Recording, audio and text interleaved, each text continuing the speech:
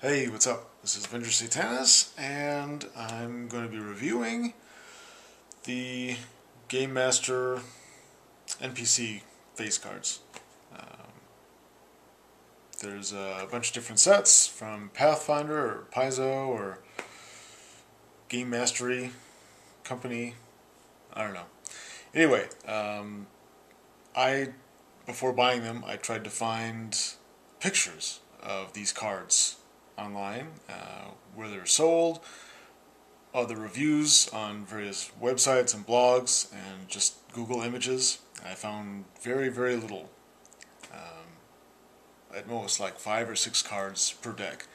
And there's about 54 cards in each one. And so a lot of it was just going on faith that these were cool for the most part and worked out, or will work out. And I'm glad to say that they did work out. They're very cool. Without further ado, I'll just show some. Okay, this is the enemies. Um, okay, so I'll just show a few of these. I think a pretty good variety. I mean, there's some like way far out stuff.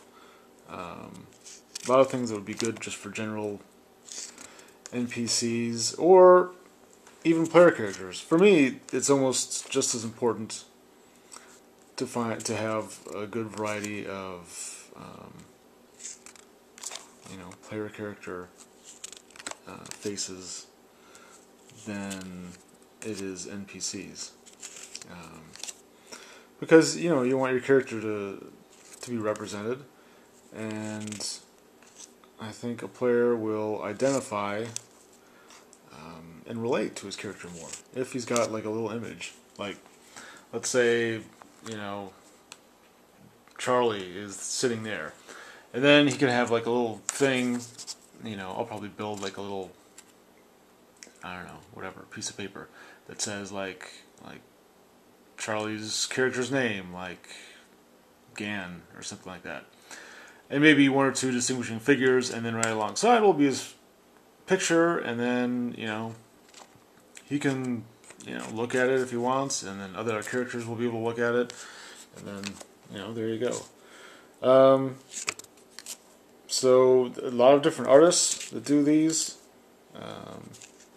Some are more cartoonish, I watch a lot of the Disney Channel and cartoon movies and whatever, because that's my life now with little kids.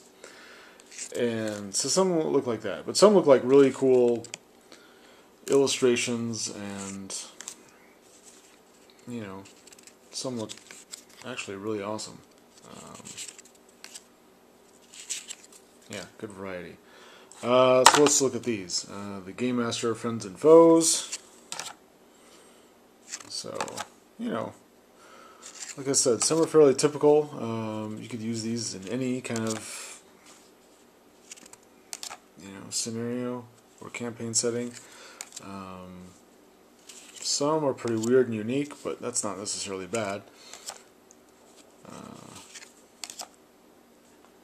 It's a pretty good one. A lot of females, which I don't know. I don't know if that's necessarily good or bad.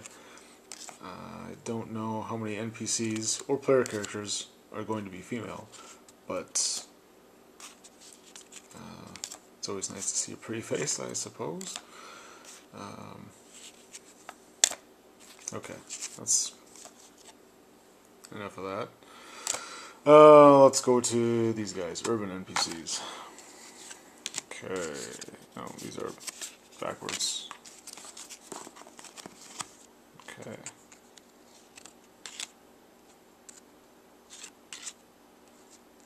So,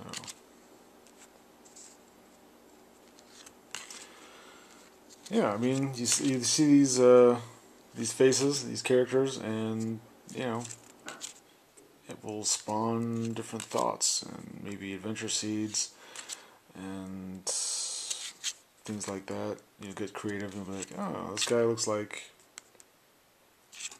I don't know, some guy in a movie, or he could be evil wizard that likes torture, or I don't know, something. Kind of a gypsy girl. You get the idea. So yeah, a lot of them are pretty cool. Cooler than I expected. The ones I saw, like on the Paizo website, well, you never know. Just like a movie, if they show the good parts in the preview, or even the not so good parts in the preview, you wonder, like, oh, is the rest of the movie any good? Because wouldn't they show the best parts in the preview, and then the rest of the movie is going to be not as good? Well, I think some of the best faces, or the best cards, are not, definitely not in the preview. That's a cool one. So, let's see, just a couple more. This is Dungeon Dwellers. This is also backwards. That's actually one of my personal favorites. I think that's pretty cool. A lot of demons, which I think is great. That's a weird one. That's cool. So, yeah, I think a Game Master or a DM or whatever could get a lot of use. This is Rise of the Rune Lords. That's the standard one that you see in the pictures. That's pretty good. That's just one that I'm like, that could have been skipped. But that's very cool. So, a lot of different artists, a lot of different flavors, like I said. Yeah, kind of a good mix. Obviously not every card is going to be aces. Some are going to be less useful, whatever. But, for whatever I paid, $9 a pack, you get 54 cards. There's a lot of cool ones in here, I think. I mean, you don't have to get every set like me, but if you just got one or two sets, there's a lot of use, and a lot can be recycled. I don't know what the recycle value is, like if the players are eventually going to get tired of seeing, the same card. But for reals, I mean, don't they get tired of seeing the same old miniature? I remember when I used miniatures all the time for back in 4th edition, the dark days, as I call them. Actually, I don't call them that, but anyway, I would use like this robed cultist, for wizards, for cultists of various religions and factions, and any kind of priests or cleric, or I would just use the same ones over and over and over again. And yeah, I got a little tiresome, but suspension of disbelief. You got to use your imagination at some point. So you get so many cards, especially with multiple sets. I'm sure they're going to come out with new sets too in the months to come, or next couple of years. It's the same thing with miniatures. And once you get used to these, I think these would be even more versatile, because then you can take images from the internet maybe, or get someone to illustrate or draw a cool picture out. And, the players will get used to seeing those, and so next time you bring a picture in, it wouldn't be weird. This one is actually doubles from a different set. I noticed that earlier. Anyway, that's about it. So hopefully I gave you a good idea of what these cards are like. And I recommend them, but, up to you. Yeah, Cthulhu Fatakan.